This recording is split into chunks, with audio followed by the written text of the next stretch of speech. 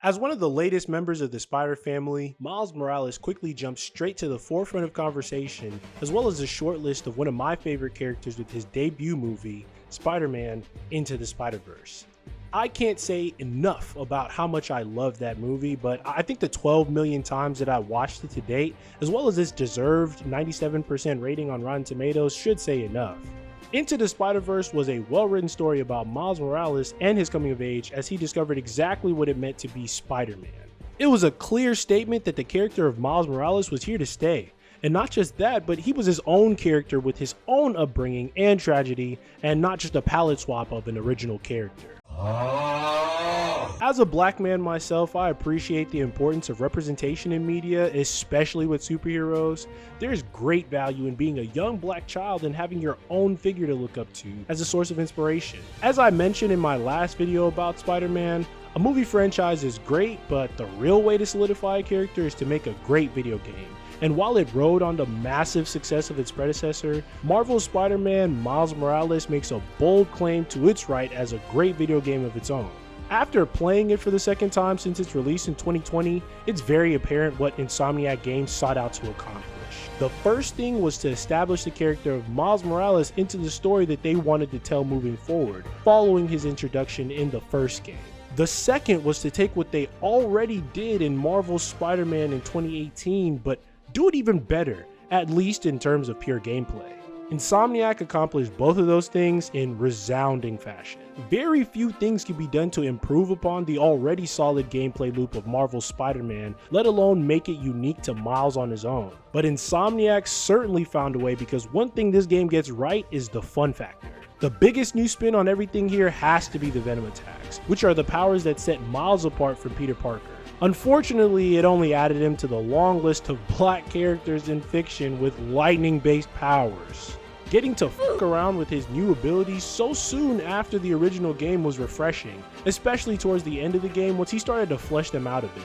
The focus bar has been repurposed, so it's no longer required for takedowns, allowing it to be used for the Venom attacks. They include a straightforward Venom Punch, a Venom Dash that lets you grab enemies and throw them forward like a ragdoll, a Venom Slam similar to Peter's Slam, but you guessed it, right? With Venom, and a Venom Jump that launches surrounding enemies into the air, electrifying them and leaving them open for some serious punishment. This one can even be done while web swinging, giving you an additional boost of height, a feature that improves upon the already stellar web swinging of the original game just enough to make it more interesting. Speaking of the web swinging, while it's essentially the same thing, Miles still adds his own twist on it with animations that express his inexperienced but personalized brand of traversal through Manhattan, my favorite of which being the little reverse leap of faith he does when he's jumping off a building.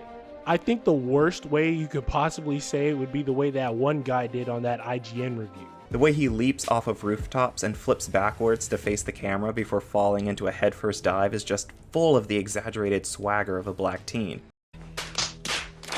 The progression of power even comes to a boiling point when Miles unveils a literal explosion of Venom power when he's pushed to a breaking point in the events of the story. Even the stealth has been improved upon, not only with Miles showing off his own ways of incapacitating enemies while cloaked in his camouflage abilities, but with wall and ceiling takedowns that arm you with new approaches to quietly picking off opponents. He's his own character, and he shows that in almost every detail of protecting the city. Miles even comes with a variety of his own gadgets he can use in combat, such as his Shadow Clone Jutsu, remote mines that electrocute a cluster of enemies, and my favorite, the Gravity Well. I just love putting enemies through the ringer by tossing a gravity well on the ground, attaching a remote mine to the pile of idiots, and launching them into the air with a Venom Jump. Just chef's kiss, man, chef's kiss. Boss fights have even taken a huge step up, showing that Insomniac paid attention to the few criticisms of Marvel's Spider-Man and responded to it with far more engaging encounters, highlighted by the final fight in the game, where all that time and attention was put on full display. I still don't think it gets enough credit for just how fun it was once the fight really got going. In true Spider-Man fashion, you have several different suits you can choose from, really starting with Miles and Genki's very own black suit that was made when he really started to insert his own identity into the responsibility of being Spider-Man while Peter was gone. My favorite is easily the Spider-Verse suit, especially when you equip it with a mod that allows you to showcase some of the effects from the movie, but a close second has to be the Spider-Man 2020 suit. I mean, that boy was fly as all hell, and he knew it too. I mean, come on, like he even had the Timbs on, the new drip, and the fresh fade. He's not just some black kid anymore, he turned into a full-fledged nigga now. The unique identity of Miles Morales is even shown in the collectibles, as you now have his own set of time capsules littered around the city telling the story of Finn and Miles' childhood, and how they've had their own separate lives leading up to the beginning of the game. Got the tour Oscorp in 8th grade. Finn was way skeptical. Said that they were gonna destroy New York one day. Devil's breath almost proved her right. Miles' uncle Aaron even leaves various sound samples throughout the city, and when you complete them, you get a snippet of his father and uncle's childhood, fleshing out what kind of person his father was before his passing, and shedding light on how their lives began to diverge even at an early age. That's it. Ringing on the hour. When I hear those bells, I remember the last time I was here. Your dad had just graduated from the police academy. I didn't go to the ceremony, so I met him here after. Bought us some milkshakes. Strawberry for him, peanut butter for me. Don't know why I remember that. He said he couldn't cover for me anymore if I got in trouble. I told him I was done with that life. I was lying, but he believed me for a while. Or at least pretended to. Little things like these really go a long way in emphasizing that this is a completely different person who's had his own experiences, life, and family ties before getting bit by a radioactive spider. My boy Miles is even progressive as hell too. He can riz up the hearing impaired, and his hands are rated E for everyone because even women can catch these fades. A lot of love was placed into the game that can be seen in small but straightforward changes like Miles being shown to grab things when looking around, to major ones like having his very own soundtrack that permeates throughout the game, breathing in a new identity and building upon an already established formula. This is my time. I'm seizing the moment cause I gotta go for the time's gone. Ain't scared of the dark cause I'm bringing the light with a nice long. I shine on. See it coming, I don't need a sign. Just a moment, I'ma make it mine. This is my time. My time, my time. My time, my time.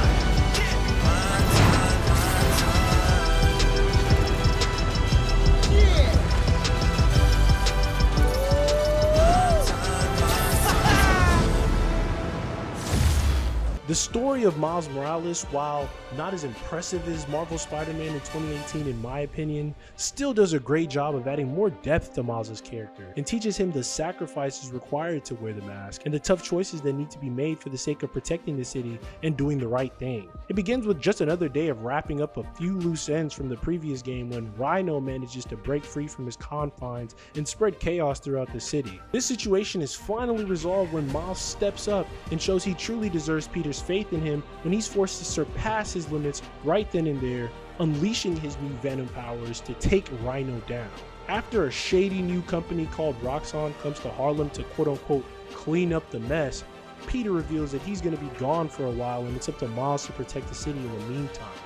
We then follow Miles as he gets jumped into the Spider-Man Club, with everything from the pressures of maintaining a secret identity and having almost everything blamed on him, to having the entire neighborhood of Harlem risk annihilation unless he does something to stop it, regardless of whoever stands in his way, and the pain he'll need to go through to do it. The story does a great job of exploring Miles coming into his own identity as Spider-Man and the responsibilities that come with it, as well as the importance of putting his life on the line every day to live up to them, a sentiment that his uncle Aaron is not too fond of when his job as the Prowler puts him directly at odds with Miles, and he'll do anything to prevent having to lose yet another family member. He may be going about it the wrong way, but you can tell he cares about his nephew and only wants what's best for him, as he ultimately decides to back him up when all of Harlem is put in danger. Miles is required to undergo a ton of growth in a really short time as a result of struggling with this monumental task, showcased by his constantly evolving powers as he responds to new obstacles placed in front of him. The game ends with Miles coming to terms with the fact that one of his best friends, Finn Mason, will stop at nothing to get revenge on Roxxon after they callously took the life of her brother Rick as just another cost of their unstable renewable energy initiative, Nuform, and he's gonna have to be the one to stop her, otherwise Harlem is gonna pay the price. You get to discover Simon Krieger's comically evil nature by way of the different Roxxon outposts throughout the city, shedding light on the dark secret that Nuform is making those who come into contact with it sick. And this is what he plans on spreading through Harlem just to turn a profit. Hey, Roxxon. There is a rumor going around that Nuform makes our people sick. Now, come on, guys. Of course that's not happening. And if it were, we would take care of you. Without you, nothing gets made. No Nuform, no Plaza, and no future. And I gotta tell you guys, that future right now is at risk. So before you decide to spread what's really just a malicious lie, think again. We cool? Remember, we're here for you. Sometimes it feels like Krieger's competing on America's Most Evil. The character of Finn Mason and her resolve to commit a deadly act of terrorism as the Tinkerer is yet again explored and understood, but by no means justified. You can empathize with the horrible loss of her loved one, but still realize that this bitch is cracked. And she eventually realizes this too when it becomes clear that Miles' efforts to clean up her mess would all be in vain, as the community of Harlem would still lose all their lives, unless she owns up to her mistakes and pays the price. Her sacrifice was admirable, but it came at her own undoing, and she accepted that. What are you...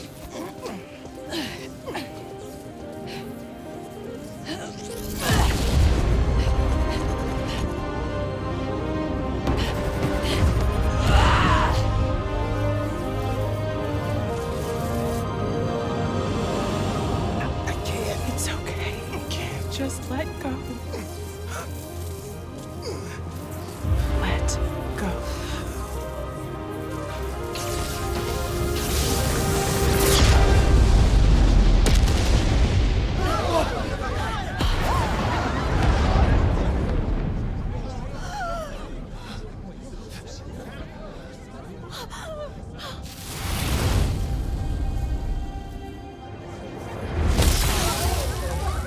And while I wasn't completely engaged throughout the story of Miles Morales, the game certainly finished off on a very strong note and concluded with Miles proving that he has exactly what it takes to be Spider-Man, and the community around him recognizes that too, because they bore witness to the lengths that he's willing to go through in order to protect them. Thank you for watching, and if you enjoyed, I'd love to know what you thought about Insomniac's take on Miles Morales, and make sure to leave a like on the video and subscribe to my channel for more video game content.